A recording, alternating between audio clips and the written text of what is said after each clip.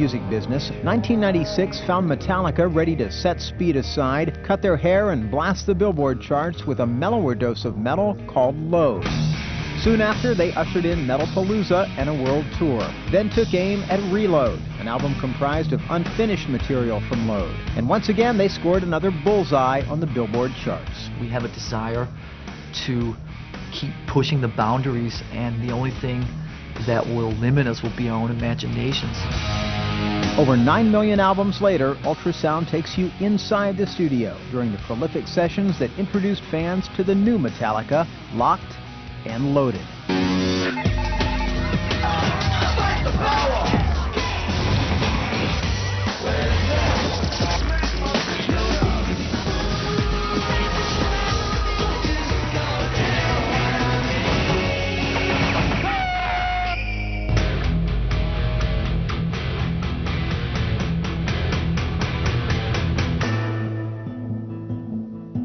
I think a lot of bands, without knowing it, kind of dig themselves too much of a rut. They're just a little afraid to expand or to take a step forward. I don't think we've ever been afraid of that. There's a certain dynamic between the four of us that seems to keep the spark alive. The thing that has kept Metallica going so long, and it's kind of been our secret, I mean, is how, everybody always wants to be there for the other three guys. Nobody ever wants to let the other three guys down. We get older, and that's okay. We change, and that's okay, as long as it's natural. Metallica has always been the thinking dudes metal band, punky but intricate too. Early Metallica tracks, in fact, were so fiendishly multi-metered the guys themselves could barely keep up in concert. But that's history. This song is real raw in terms of it just has two guitars, drums and bass, a couple of vocal effects and stuff like that. Whereas the rest of the album ranges over many stylistic strategies, right? Stylistic strategies, I like that one. That's a really good one. Well put there, Kurt. In other words, it's a complete mess. 3, 4. With its last album still on the Billboard Top 100 chart 5 years after its release, Metallica has stripped its surefire sound way down for an unusual new album called Load. There was no big plan in the end on how they were all supposed to sound, so we just concentrated song by song and just let them go. Every song evokes a certain type of mood. It's not, consistently just pounding heavy metal thunder all the way. I think the one thing we had to do was just be looser, go for attitude, go for vibe, and go for something that was more of a band sound. I think listening to some of the earlier records, it definitely sounds like the Ulrich Hetfield experience. The Hetfield-Ulrich experience began in Los Angeles in 1981, a time when glam was king, or queen, and two young locals found themselves united in dismay, angry young singer James Hetfield and transplanted Danish drummer Lars Ulrich. I came from Europe. I was listening to a lot of the European stuff that was going on at the time. I landed in the land of REO Speedwagon and Styx and Kansas, and I'm just going ah! We loved punk music, and it just didn't have enough musicianship to it, so we basically added some. Hetfield and Ulrich hooked up with Dave Mustaine, a speed demon guitarist with a major mouth, and brought in bassist Ron McGovney to form the maiden lineup of Metallica in October 1981. People came to our gigs not knowing what they were expecting. They'd come to that club no matter what, just to hang with their friends and see who's, looking prettier, that night. And we got very annoyed with that, and we'd sing louder and play faster, and that's kind of how I think it helped develop our style.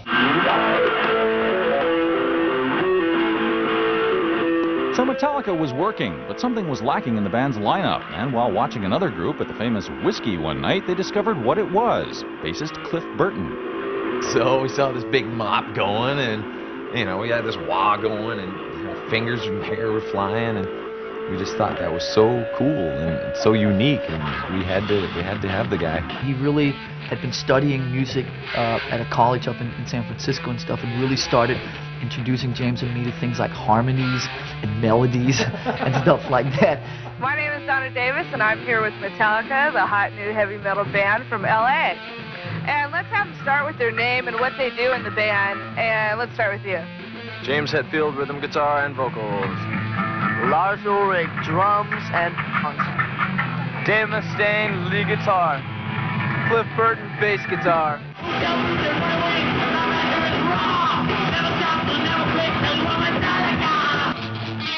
By this point, Dave Mustaine's enthusiasm for cocktails was driving his bandmates nuts. So after securing a record deal and heading for New York to make their first album with metal promoter Johnny Z, they decided to take action. As soon as we got to New York, it's like, hi, Johnny Z, or, we're Metallica, and what kind of sack our lead guitar player? Whoa, In giving Dave Mustaine the axe, Hetfield and Ulrich were, shall we say, unhampered by sentiment. We had booked him a bus ticket like 10 in the morning, and like at 9:15 or something, it's like, Dave, wake up, we gotta talk. And so basically we woke him up, and he was still sort of rubbing sleep out of his eyes. Babe, you gotta go home. And then And you gotta go on a bus. Well, yeah, Dave, you gotta go home. And then the infamous, this lingers, this is like famous, this question. He goes, when does my plane leave? And Dave, well, here's part 2 of the bad news. So basically, you just got fired, and you have 4 days on a Greyhound bus clear across America to sit and revel in that. I initially got the call on April Fool's Day, so that was an April Fool's Day joke. I was on the can. About midnight, Kirk shows up, and he sets up his equipment. It was actually the first time I'd ever been out of California. Really? Yeah, I was scared shitless. And it's like New York. It's like, wow, this place is really big and dirty. The first song we played was Seek and Destroy, and we got to the guitar solo, and 10 seconds into it, me and James just looked at each other, and that was it. Done. End of story.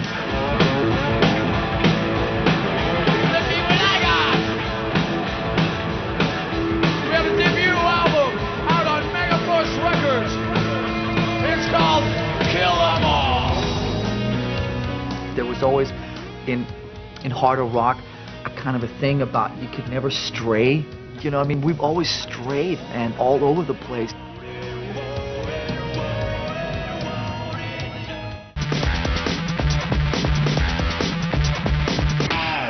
On the way to somewhere is always the best time you can come up with lyrics. So, like a paper right there ready to write away, and little pen handy right there. Going back and forth to Lars's and I'd be late going there, stop at Wendy's, I'd be eating a burger, talking on the phone and writing down lyrics. What's on your mind writing-wise these days? What are the themes of some of these songs? Themes lyrically? Yeah. Vagueness.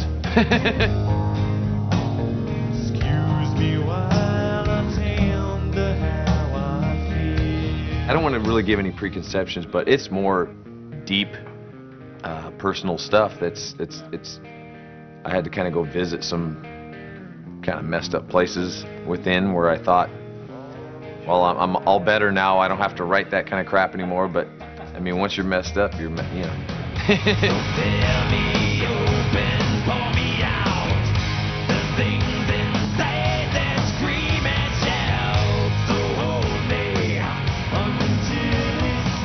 A lot of those old records were so thematic, and there was all these visuals and all these major, almost, just messages and all this kind of heavy-duty political stuff, and we really got kind of bored with that. And I think at the same time, James felt more comfortable opening up and letting some of his really innermost bizarre stuff out. I just wish that people would just like go past, what they think Metallica is about, heavy metal, thunder and lightning, Satan, and listen to the music. There was always in harder rock a kind of a thing about you could never stray. We've always strayed and all over the place. Metallica started straying on its second album, Ride the Lightning. The band had signed with new management and a new major label, and it wasn't about to start bowing down before the usual hard and fast metal stereotypes. In 1984, when we put a ballad, Fade to Black, on our second record, people were freaking, okay? And we just said, right there, this is how it's going to be. There are no parameters that keep us in. Releasing its third album, Master of Puppets, in 1986, Metallica embarked on a career-changing tour with metal god Ozzy Osbourne. The The Puppets album rose to number 29 on the Billboard chart, and with this success, the band soon found itself answering to the inevitable charge of selling out. We do what we want to do, you know. If they consider that selling out, then whatever.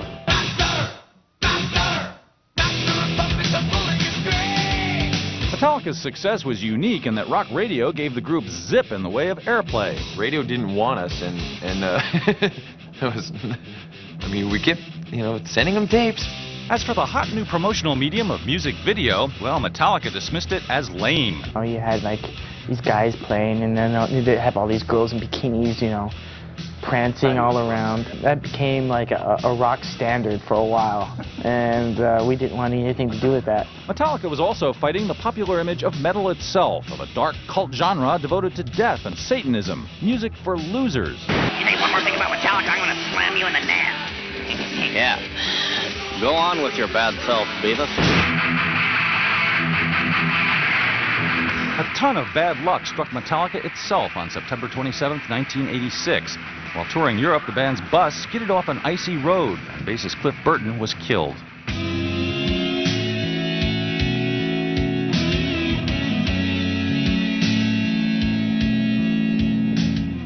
Did the band think at any time that maybe we should take 6 months off? No. We knew that if we did that, we'd probably start wallowing in our grief and depression. So we unanimously decided that we should just keep on working. Double-edged sword of that was that it was like whoever we got in the band would be at the receiving end of torment and torture and for years to come, just because he was the replacement for Cliff. That lucky man turned out to be Metallica fan Jason Newsted, plucked from the lineup of a Phoenix band called Flotsam and Jetsam. Hey, let's go. Just because he was in the mix, now he thinks we have to wait for him. Okay, guys. Good back. Looking back on it, the first couple of years were rough. Actually, the first couple of years and couple of years were pretty rough. When they wanted to be ugly, they were ugly, and didn't really, you know, that was just that. You didn't beat him up or anything, did you? No, we didn't beat him up. Well, mentally we beat him up. But I mean, come on, you know, he walked off the street into a dream situation, so we had to let him know that it's not this easy, brother. I had to really keep a straight head professional. I really had to see further, you know. I had to like look beyond all these kind of things, these bumps and these curves and obstacles. I really had to look beyond that. There were a lot of them in the beginning. It's come a long way, and I think in a bizarre way, this is the most we've ever been a band right now.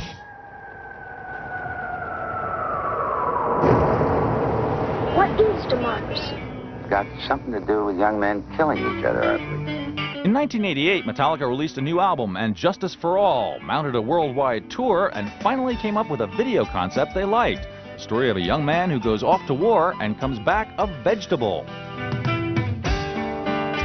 I can remember sitting on the couch, and one would come on, and then afterwards, the DJ will say, well, on a lighter note, we have... and I knew we had touched a chord.